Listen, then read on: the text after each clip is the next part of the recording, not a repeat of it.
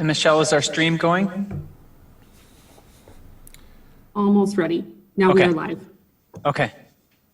And should I start? Everything's up. Go ahead, Jay. Okay. Thank you. Thanks for joining us this evening for our World's Best Workforce presentation. And Michelle, do we have our slides ready to go? Great, thank you.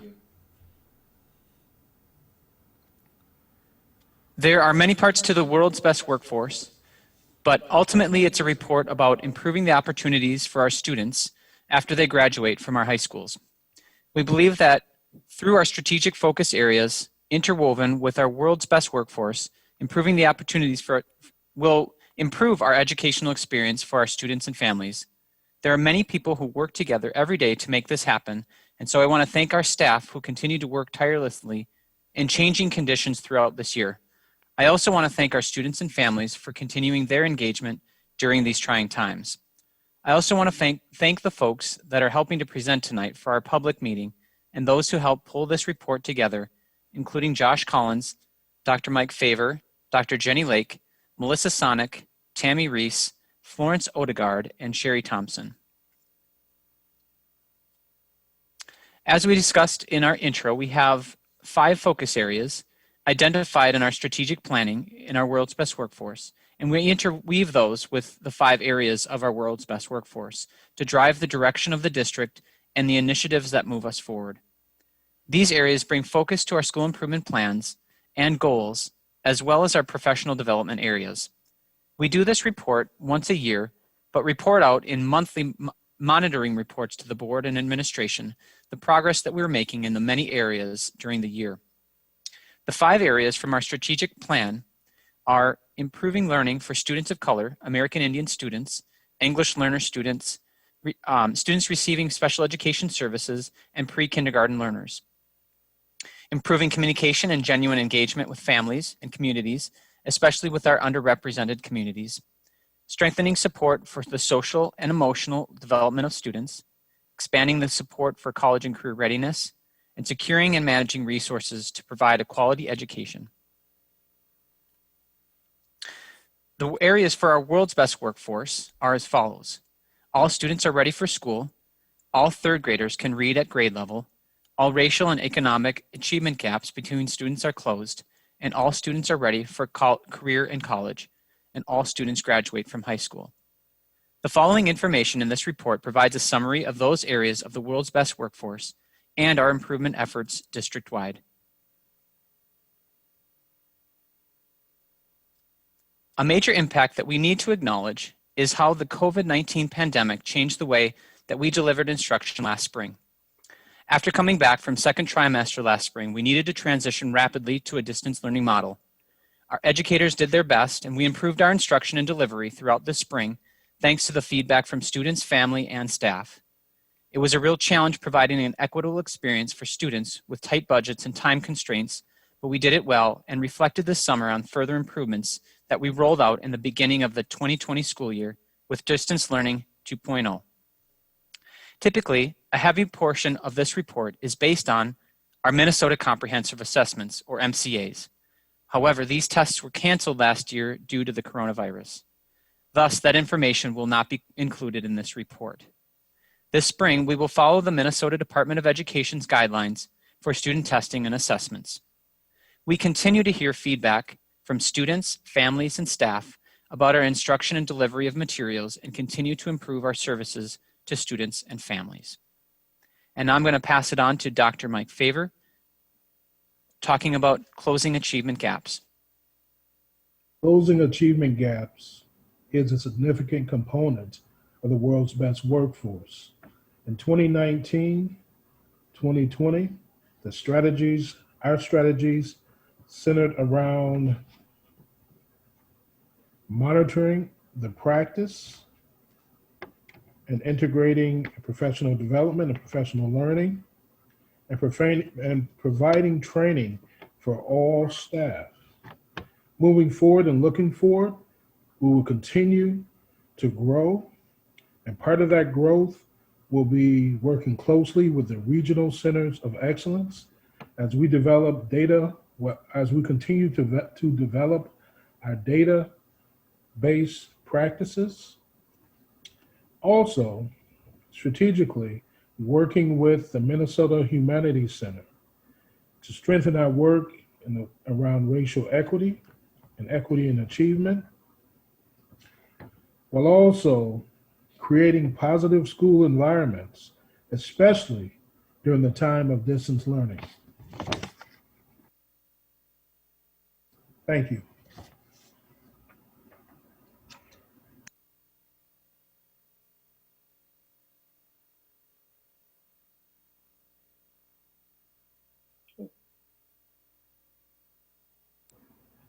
Can't hear you, Tammy.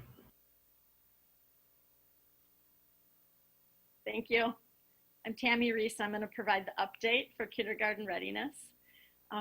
Just going to review some of our strategies for 1920. We are involved in a pyramid model grant project with the Minnesota Centers for Excellence.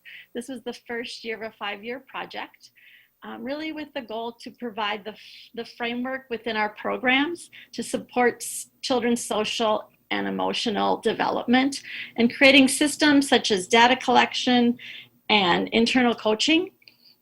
Last year, we had 8 pre-K and ECSE teachers, along with administrators, attended over 250 hours of training.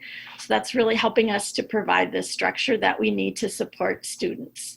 We'll be continuing with this and continuing to develop interventions as we support social emotional development in our programs. We were also continuing to work on alignment of pre-K and kindergarten programming, including benchmarks and pre-K and kindergarten joint teachers staff development. We are aligning assessments around the areas of vocabulary development, alphabet and number knowledge. And this assessment data is just critical for our work in our third point, which is our early childhood collaborative teams that focus on the district PLC vision. During the last year, we were able to structure our teams to meet at least weekly, focusing on what do we want students to learn and how will we know if they've learned it. And this aligned curriculum and assessment is really helping us to make progress as we plan interventions. We are really excited about some of the work we're doing this year in 2021. First, we are working to increase family engagement in our programs. And as we have been working for the past 8 or 9 months during the pandemic, we have learned a lot about a variety of formats that we can use, such as Seesaw and Zoom. And through this, we have found that we are really increasing our family engagement and parent communication. So we're just excited as we move forward, and even when we're back in in-person classes, we'll be continuing to use many of these strategies that we've learned about. We're also going to continue and expand our work around supporting our English learners in pre-K. For the past few years, we've been conducting assessments, but moving into this year, we're going to work with a team of pre-K and EL teachers to create specific strategies that will actually become part of our lesson planning and be just embedded in our work. And then the last point is that we are implementing programs to support partnerships with community early childhood, childcare, and pre-K programs.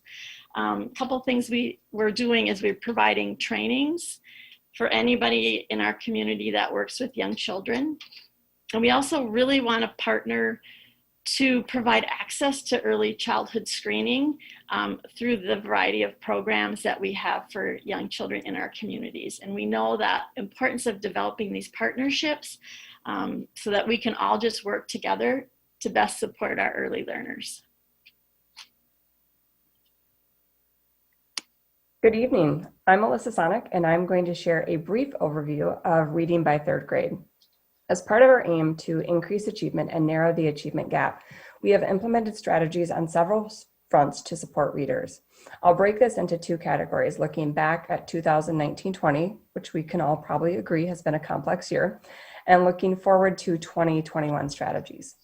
In 1920-20, we continued the alternative delivery of specialized instructional services, otherwise known as the ADSIS grant, focusing on identifying students below grade level reading, and providing specific reading interventions based on the path to reading excellence in school sites, commonly referred to as PRESS. We also provided professional development for intervention and ADSIS staff relating to research-based interventions. We implemented What I Need time to differentiate instruction for students. We continued to implement our district professional learning community's vision, provided professional development to support the PLC vision, and implemented the PLC innovation configurations, which are rubrics for teachers, coaches, and principals. We also began the program review process early to evaluate our current writing program and developed a committee to begin designing a new writing program. This was cut short last spring due to COVID-19. Shifting to the 2021 school year, as part of our aim to increase achievement and narrow the achievement gap, we will implement several strategies to help struggling readers while also continuing to stretch the abilities of readers who would benefit from learning extensions. In 2021, we have provided professional development in the form of PD pathways for educators that focus on distance and blended learning. We have provided 6 hours of professional learning, as well as many resources to support educators as they have overhauled their curriculum, pedagogy, and lesson plans for online and blended learning models, adapted new tools, and learned new technologies to move their classes online. We continued the ADSIS grant, and in addition to the work we did last year, this year we're expanding our Tier 2 literacy interventions using research-based intervention strategies.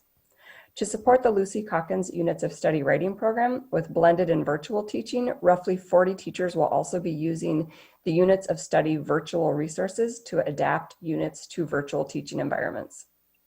We also hope to continue our program review on writing and expand it to include K-6 English Language Arts. Once we can pull groups of teachers together, we will evaluate our current programming and begin to design a new kindergarten through 6th grade English Language Arts program. And last, we will continue collaborative teams at school sites that focus on the district PLC vision, with a focus on analyzing student data using a data analysis protocol that includes a focus on race-based equity. We are committed to the reading achievement of our students. With the recent release of the 2020 K-6 English Language Arts Standards and our K-6 English Language Arts Program Review that is scheduled to take place this year, we anticipate more energy about elementary literacy taking place soon. And with that said, I'll turn it over to Dr. Lake. Thank you, Melissa. Good evening, everyone. I chose a comprehensive review, and I know there's a lot of text on my slides, so I will be highlighting the bolded areas. Looking back in the area of graduation, we did begin the process of identifying partial credit opportunities. We continue to work on ensuring smooth and high-quality student transitions between RAS and FAS. We're very proud that we expanded and strengthened our career and college readiness pathways. We celebrated the opportunity to hire a full-time career navigator at Roseville Area High School and throughout the district. This position was funded and is funded by the Roseville Area Schools Foundation, the St. Paul Foundation, and the Bigelow Foundation. Due to the pandemic, we also made the decision to forgive many elective credits due to the traumatic experience of our students.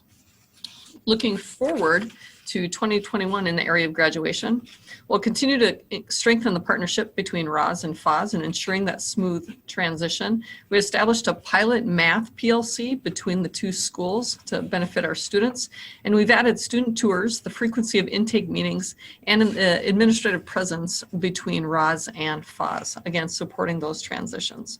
As we continue to expand and strengthen our pathways, our career navigator, I'll touch on this in the career and college readiness piece as well. We did make a significant change to the FAS elective graduation credits from 22 elective credits to 20 credits due to extenuating student circumstances and life experiences of our students. We do remain 7 credits above the state minimum.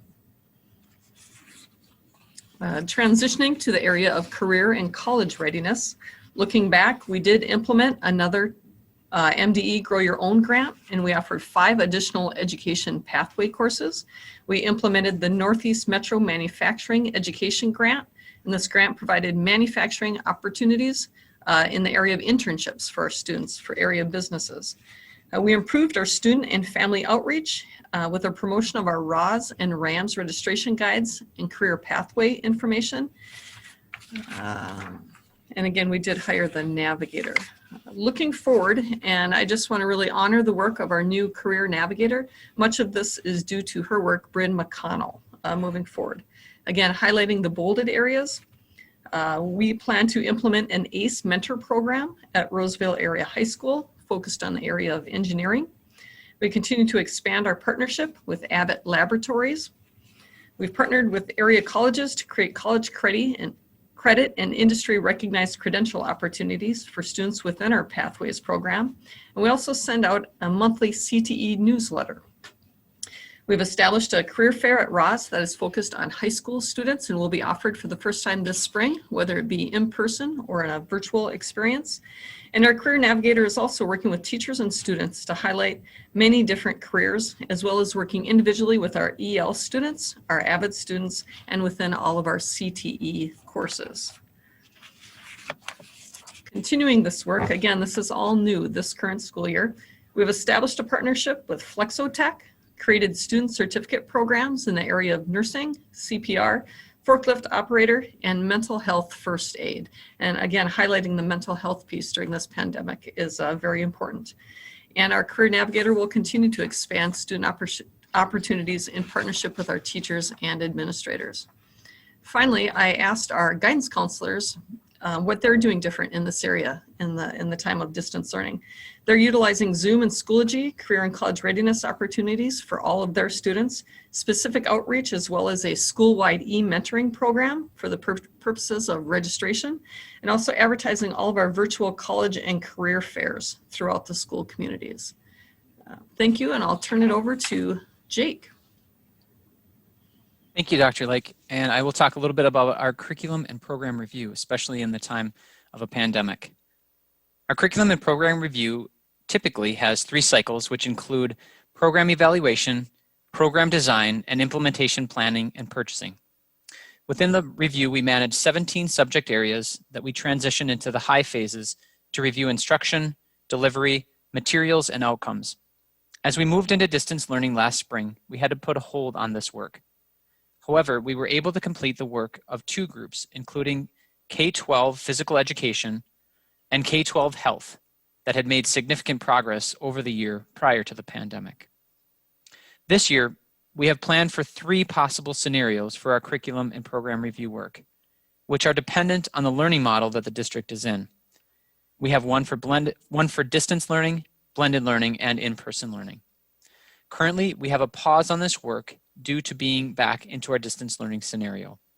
However, regardless of our scenario, we will need to make sure that some of the groups make progress this year, especially our K-12 science, as they have standards work that will need to be implemented beginning in the 2020-2021 school year.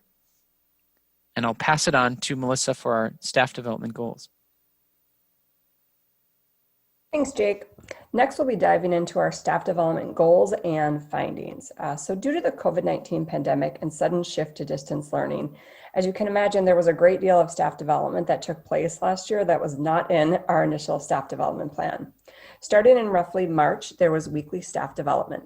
The focus on the staff development ranged from supporting distance learning technology, things like Zoom and Seesaw, to supporting EL students, supporting students with IEPs, instructional best practices for distance learning, supporting mental health during COVID, opportunities for grade level collaboration, and more. The staff development embraced the same new instructional tools and strategies that staff were implementing. It was virtual and included both synchronous and asynchronous learning. We felt strongly that as a district, we needed to provide learning for staff so that they could in turn ensure learning for students. During the 2021 school year, we developed professional development pathways as a continuation of this staff development, and we're able to offer close to 50 different staff development sessions that staff were able to choose from and participate in this fall. With that said, I'd like to transition to highlighting some of our staff development goals and findings. Goal 1 is to improve instruction for our students of color, American Indian students, English learners, and students receiving special education services, as well as pre-K learners. To reach this goal, we implemented What I Need time at our elementary sites and at Fairview Alternative High School. We also continue to create, refine, and implement culturally relevant curriculum to increase achievement for all students. Some elementary schools were able to expand their absent narrative focus beyond social studies to other curricular areas, such as literacy. Goal 2 is to improve communication and genuine engagement with families and communities, especially our underrepresented communities.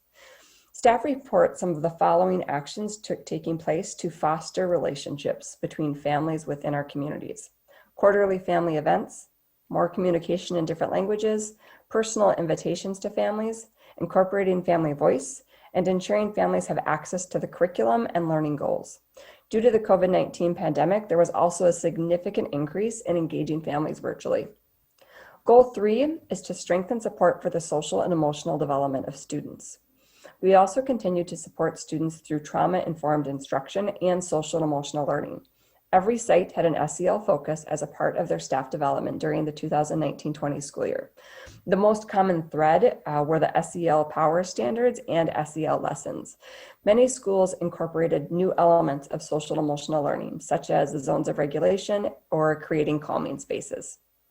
Goals 4 and 5 are to expand support for career and college readiness and use the advancement via individual determination strategies to support student learning. RAS and RAMS continued to be identified as schools of distinction for their use of the AVID strategies school-wide. They continued to host other schools and district observations of their AVID programs. Fairview Alternative High School continues to maintain their AVID enrollment status as well. Goal 6 is to strengthen writing as a means to increase reading achievement. Several schools are using writers' workshops or AVID writing to learn strategies to improve student learning in reading and writing. The focus has mainly been around instructional best practices, assessment, and student feedback. And last, goal 7, to improve professional learning community practices and implementation. We continue to improve PLC practices and implementation. All staff learned about the importance of school culture within a professional learning community, reviewed the Roseville PLC vision, and expectations for what elements of a professional learning community are tight and what are loose, where there can be more autonomy. Staff development ranged from identifying power standards to creating common formative assessments to creating systems for reteaching and extending learning. Many schools also began using a data analysis protocol to analyze student assessments. This supports staff in planning for reteaching and learning extensions and will help us to move our PLC implementation forward and positively impact student learning and achievement. And I'll now turn it over to Florence Odegaard. Good evening.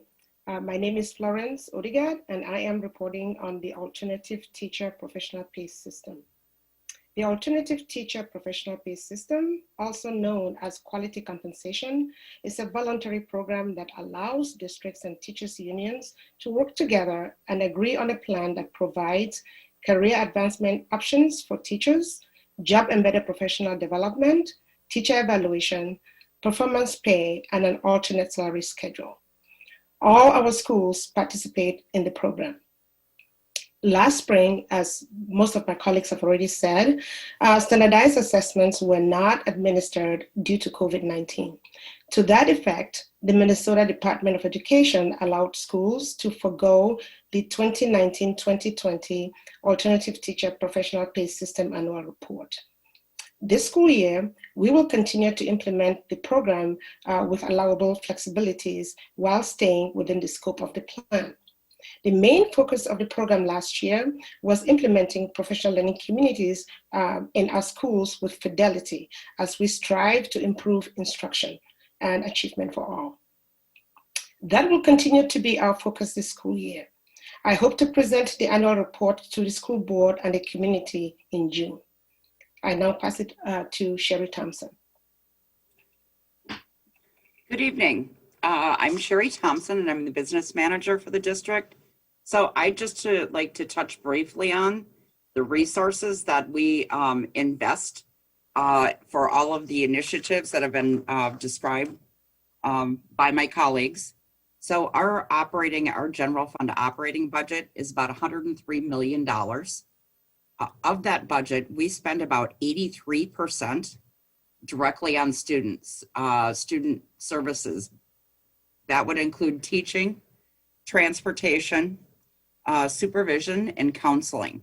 So that's where the majority of the funds go, is to serve students directly. In addition to that, we spend about 5% on administration overall in the district. We also spend about 4% of our budget on technology, accounting, payroll, human resources, and communications. So support functions in the district. And the remaining 8% is spent on custodial, maintenance, and our utilities. Again, our budget is about $103 million. So I will hand this back to Jake Von der Linde, and he will wrap up our presentation. Thank you. Thank you, Sherry. And I want to thank you for listening to our report this evening. We will be making another brief summary report during the school board meeting coming up later. Also, for your information, for more information, you can read the full report that will be posted on our Roseville Area Schools website. We also want to thank our families for their continued support of our students during this time of distance learning, as well as those staff in our schools who continue to provide childcare for our Tier 1 workers. We also want to thank our students for their continued engagement and our educators who continue to find ways to engage them. Thank you to our school board who continues to support our work through our pandemic and our transitions between learning models. We will continue to focus on our strategic plan goals and our world's best workforce areas as we move through this school year and beyond. Thank you again, and have a great night. Following this report will be our Equity and Integration report that will be led by Dr. Mike Favor.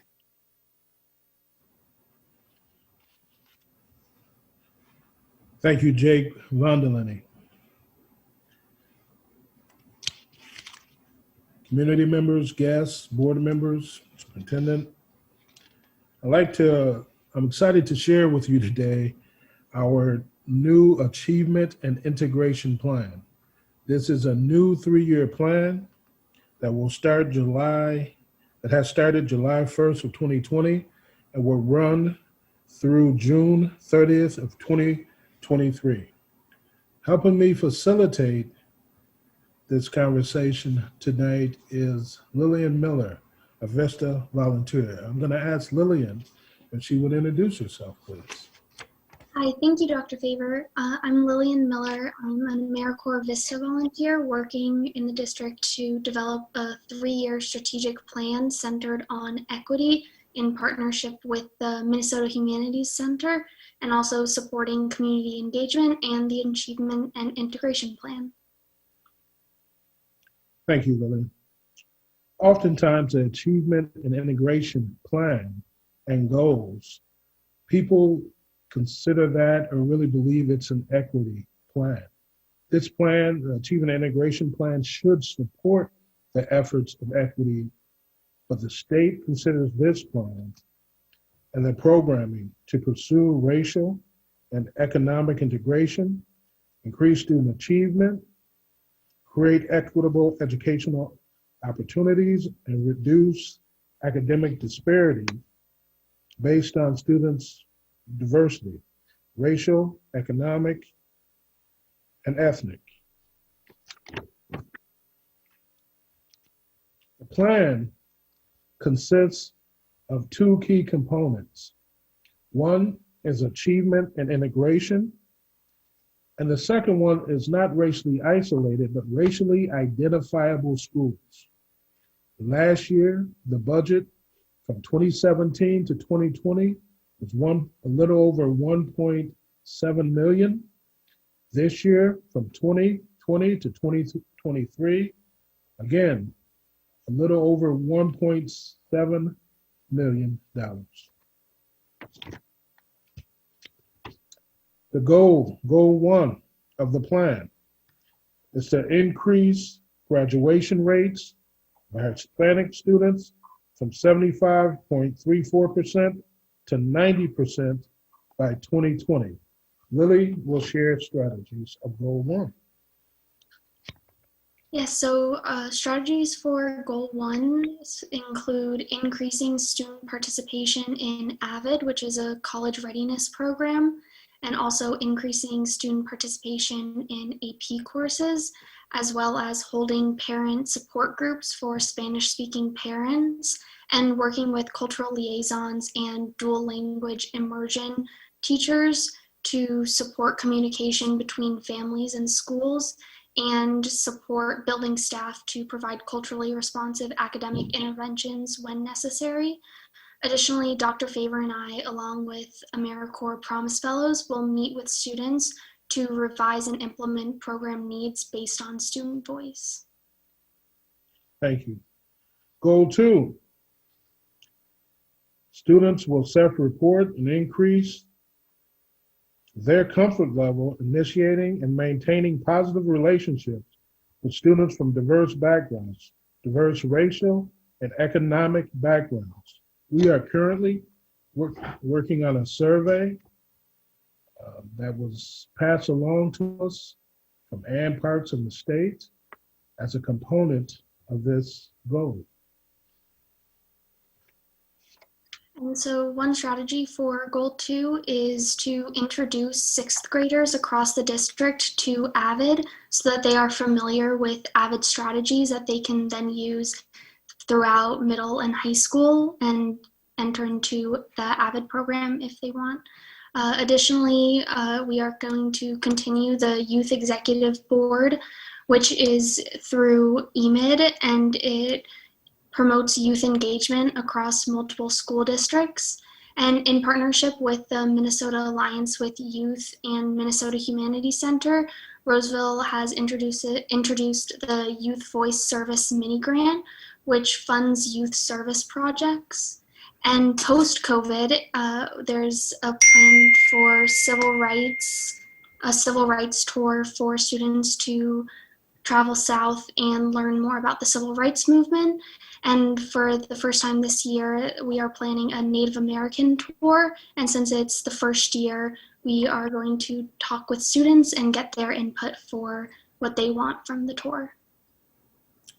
Goal 3, we are going to increase the number of racial and ethnic diverse teachers from 11% in our district at 2019 to 17% by 2023. So we've already started working with HR to recruit teachers of color and implement strategies to retain those teachers through groups like Focus, which try to build relationships between teachers and also increase collaboration amongst staff. Additionally, we are working with the Minnesota Humanities Center for professional development training for teachers, specifically around absent narratives, and also collaborating with Metro State and their urban teacher program to make Roseville a host site for student teaching placements and having those within the urban teachers program be avid tutors for Roseville students. And so the second part of the Achievement and Integration Plan is for racially identifiable schools. And the Minnesota Department of Education defines a school as being racially identifiable when the enrollment of protected class students at a school is more than 20% compared to district-wide enrollment of protected class students. And so within Roseville, Harambe, Edgerton, and Central Park are considered racially identifiable schools. And so for goal 1, we look to increase our overall reading proficiency rates as measured by the MCA reading tests, while also reducing the academic achievement gap between white students and students of color. And we've been told that MCAs will happen this year, and this year will be a baseline year to measure reading for all students, and eventually the goal is to reduce the reading achievement gap for Edgerton, Harambe, and Central Park by 20% in 2023. Strategies to support Goal 1 for racial identifiable schools are student individual learning plans, culturally fluency instruction, kind of using our equity compass to go deeper in our instruction, and progress monitors centered around standard-based centered around the standards and common formative assessments as we measure ourselves against the standards. Our second goal is to reduce racial and economic enrollment disparities at Central Park, Edgerton, and Harambe, specifically by increasing the enrollment of white students by 2023. There is some outstanding work happening at our racial identifiable schools. Schools like Harambe, who are centered around the year-round schooling. Their focus, the arts as well as science, and transportation. Transportation, making sure that we provide transportation and marketing that throughout our Roseville area community, as well as our East Metro community. Marketing Central Park, again, outstanding leader, some wonderful work happening with Spark and STEM Labs. Again, also marketing Edgerton, kind of the We Code 21st Century Skills programming for students K through 6. One of the areas that we want to do even better as we ready students for secondary is partnering with our sixth graders and having them go across schools, inter-district, across schools, and doing activities together centered around AVID.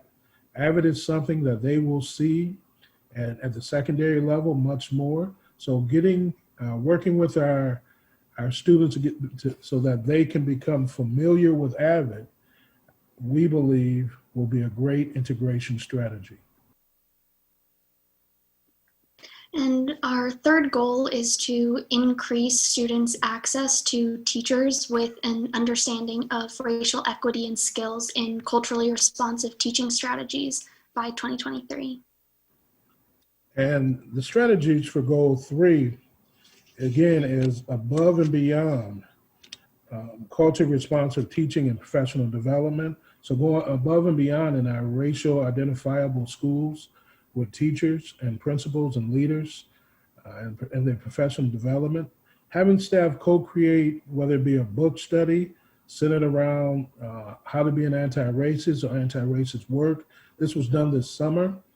One of our teachers from the high school did some outstanding work, and it was all voluntary, where teachers want to learn more about what it means to be anti-racist and how we move that work forward. And at our racial identifiable schools, again, creating that opportunities for teacher leaders to work closely with administration, and in the last bullet, seeking student voice to create what they believe the PD should be and could be, and using some of the achievement and integration funds to support the learning. As you know, we are continuing to build on the work of the Compass.